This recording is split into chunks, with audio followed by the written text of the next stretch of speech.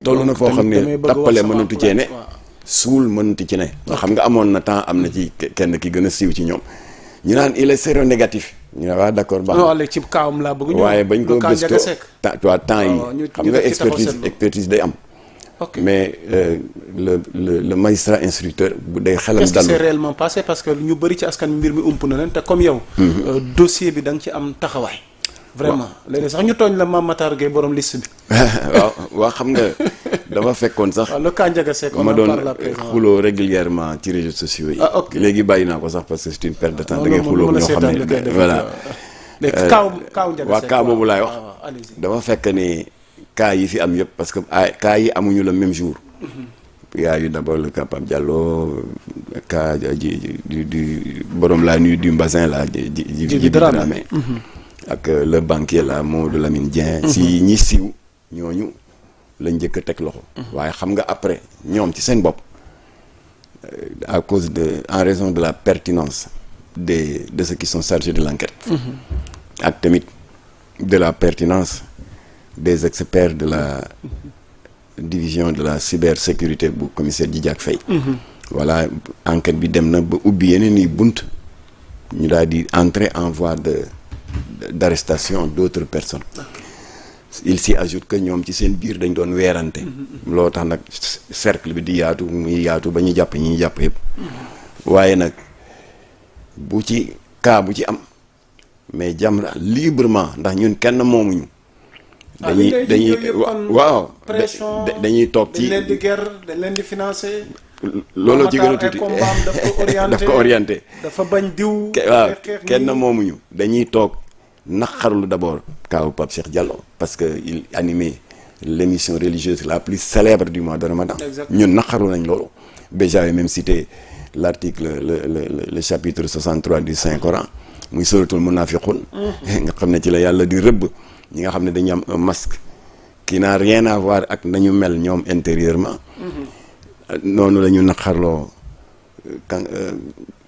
nga xam ne il était censé donner le bon exemple te nekk foofu ca RTS di Biram Bigué naqarlu tamit le cas de Kader Dia te wax naa la sànq woon na Bougane di ko masulu ndax moom tamit kenn foogee kaw koon rawatina sax moom ci chroniqueur yi gën a xeen Jamra ci la bokkoon ndax yàlla bi nga xam ne kenn daxu ko àtte extrait vidéo mu ngi sama page Facebook jour bi mu wanee une virulence terrible dans ses chroniques contre Jamra dafa daaneel kàddoom rek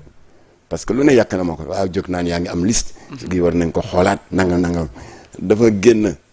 ci studio bi rek xam naa da doon ñibbi salaamaaleykum rek ndekaw ci biti en civil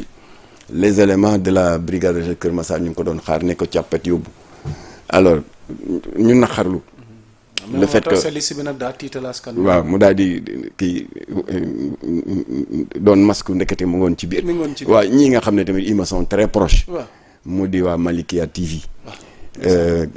Souleymane Fatou Ndaw moom tamit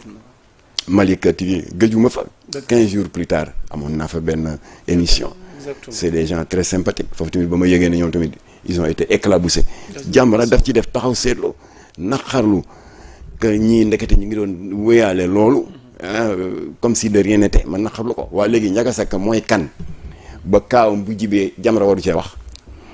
waaye naka laa ne salaamaaleykum Ndiaga Seck rek mu am une horde de njéeréer ku gën a réew sa morom nga ne kii envahir toutes nos plateformes. au nom de quoi noo dundee l'épisode Ndiaga Seck yàgg ngaa dénoncer ngóor jigéen. yàgg ngaa wax ñi ci bokk. liste bi moom nekkatul débat am na wala amul. voilà ndax def nga ci li la ci war yóbbu ko fa nga. te pareegul gaa yaa ngi ciy liggéey ba tey Mame Matar liste bi ñu ngi ciy liggéey ba tey. pareegul parce que wax naa leen nag yaa xam nga bi kii génnee Pape Cheikh Diallo génnee. waaw ak Kader. waaw ak ki nekk RTS. ki Pape Biram Bigué. waaw voilà gars yi ne ma waxoon nga ko de ne woon nga presse bi dana yëngatu xam nga dama leen waxoon ne. depuis février dama exclusivité ne ma liste bi des na. waaw ma ne leen des na ñu ne ma la ja des ma ne balaa weer dina am ñu ci yokk waaye balaa weer bi de sa Kajoor Cissé bu 7TV daanu le gars de Kewulo la daanu ainsi de suite waxoon naa ko. voilà léegi ñu ngi ci 6. ñu ne ma kon jeex na ma ne jeexagul 11 la presse bi 11 voilà léegi nag il appartient aux enquêteurs. di kii waaye ñun nag. des na encore waaw wax naa ko waaw ñun si suñu recensement bopp. 11 presse bi 11 la ñu. voilà kon nag. ñooñu ñëpp bañ leen doon jàpp. Jamra ci doon wax. kuñ ci jàpp ñu wax ci. parce que la ñu nekkee jaaduwul. du ñu nangu ñu nekk ca loola. bëgg a wàcce mbugal yàlla suñu kaw te duñ ko nangu. alors bu ne ma wax ko y' a pas eu de problème. ñoom ñooñu sax ñu nekk ci naan waaw lii moom dafa war a jóg. waaye Ndiaga Seck mooy kan ba tuuram jotee Jamra wax ci na mu waxee kaay ca des ngeen di rey seen bopp ci réseaux sociaux yi ba pare nag avec une maladresse ridicule naan waaw ki nga bëgg a gaaw wala xam nañ ko ma ne ko yéen a ngi tilimal ka ngeen di junj kan la ñu bëgg a gaarwaale xam ngeen Jamra di wër-wërloo ñun ndéem xeex nañ ñu leen gën a réew fuuf gën leen a dangereux mu di la loge maçonnique de Dakar parce que franc-maçon yi souvent tout le monde le sait mais ça dépend des branches dañu connecté wu avec des organisations criminelles voilà kon ñun bu ñu amoon ku ñuy ragal entre franc-maçon ak góor jigéen xam nga góor jigéen moom làmmeñ bu ñaaw rek la am ak saaga ak tamit bàjjunu góor jigéen yu ndaw yi nekk ci réseaux sociaux yi di leen défendre voilà ñu ne c'est des organisations criminelles bu ñu amee ku ñuy ragal raykat yi nit yi non alors kon nag jaaxalu leen ñu kaawu Ndiaga Seck ni ñuy waxee kaa yi ci def dinañ ci wax ba pare nag di veiller à ce que benn dossier ñu bañ ko suul ndax am na ñu ma interpellé mais des gens yuy dox xel ak yar waa grand ñun de ñuy jaaxal cas bi daal ni ñu daan dégg le procureur Saliou di ko nekk à la pointe du combat sur les autres cas yi nga tudd ay Pape Cheikh Diallo Birame Bigué Diop ak et cetera waaye dañu gis daal kaawu Ndiaga Seck dafa mel ni daal dégguñu ci Kër Massar waaw ma ne leen c'est une bonne question waaye na ngeen xam ne xëy na le procureur Saliou di ko daf ci gën a ràññeeku rek dans cette œuvre de salubrité publique mais il n'est pas le seul magistrat à faire preuve de détermination dans cette œuvre de salubrité publique ma ne leen Ndiaga Seck dépendrul ci juridiction procureur Saliou Dicko mu ngi dépendre ci juridiction procureur bu Louga parce que effectivement scandale bi mu nga éclaté Linguère jàppoon nañ fa près de 23 suite à une dénonciation léegi ñu téye leen fa ba ñu leen téye procureur Linguère bu Louga moo jox ndigal le juge d'instruction bu Louga mu xaatim kayit gu ñuy wax délégation judiciaire genre procuration la mooy man procureur wala man juge d'instruction comme que mënumaa dem ba foofa di enquête foog naa une partie de mes prérogatives et de mes pouvoirs jébbal naa ko aux enquêteurs de la police et de la gendarmerie alors mu daal di jël délégation judiciaire boobu jébbal ko au commissaire urbain de Linguère ñooñu ñoo def audition yi def yëpp ba ñuy def audition yi nag déglu leen bu baax li waral ngeen comprendre affaire Ndiaga lu tax kenn traité wu ko fii ba ñu def audition yi ñu gis ne am na ku manqué qui s'appelle Makhtar Ndiaga Seck enquête bi wane ne newul Linguère mu nga Dakar mais comme que diggante kuréelu takk der yi partenariat dafa am ñoom ñu ne comme que Dakar la nañu jokkoo ak suñu naataangoo yi xarañ ci wàllu interpellation ak arrestation muy waa division des investigations criminelles DIC ñu jox leen délégation judiciaire bi ñu continuer liggéey bi alors ba ñu leen ko joxee nag ñoom ñoo dem arrêté Ndiaga Seck à domicile ñu ngi ko fekk mu ngay takki bagaasam nen na yooyu yaay day aji màgg lii bëri na ci gars yi ne ko procureur la soxla ñu yóbbu ko vendredi le 15 juin yóbbu ko en garde à vue foofa ca commissariat urbain bu Linguère téye ko fa le samedi le 16 dimanche le 18 dimanche le 17 lundi le 18 ñu yóbbu ko présenté ko auprès du procureur et du juge d'instruction du tribunal de grande instance bu Louga foofu nag la manipulation yu malhonnête amee ci réseaux sociaux yi waaw affaire yi defe naa nañ ko xoolaat parce que résultat test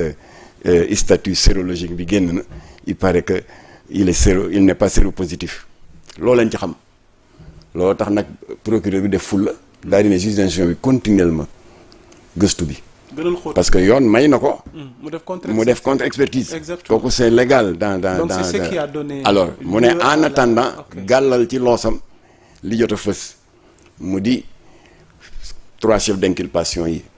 moom la ñu gàll ci loosam biñ ko présenté auprès du juge d'instruction du tribunal de Louga le lundi le 18 mu di acte contre nature.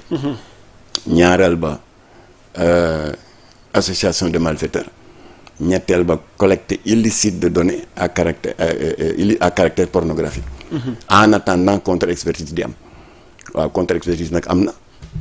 le contre-expertise bi wane safaanoo na ak manipulation yu doon am ci réseaux sociaux yi. nañu bàyyi cette façon de faire nañu respecter les enquêteurs ñoom la ñuy def xam nañu ko defuñu xaaj ak seen. voilà Jamra nag amul kenn ku fees suñu bët ci manipulation sos ak yàq der lépp lu ñu war a wax dañ koy wax ak ku mu mën a doon. nettali naa leen léegi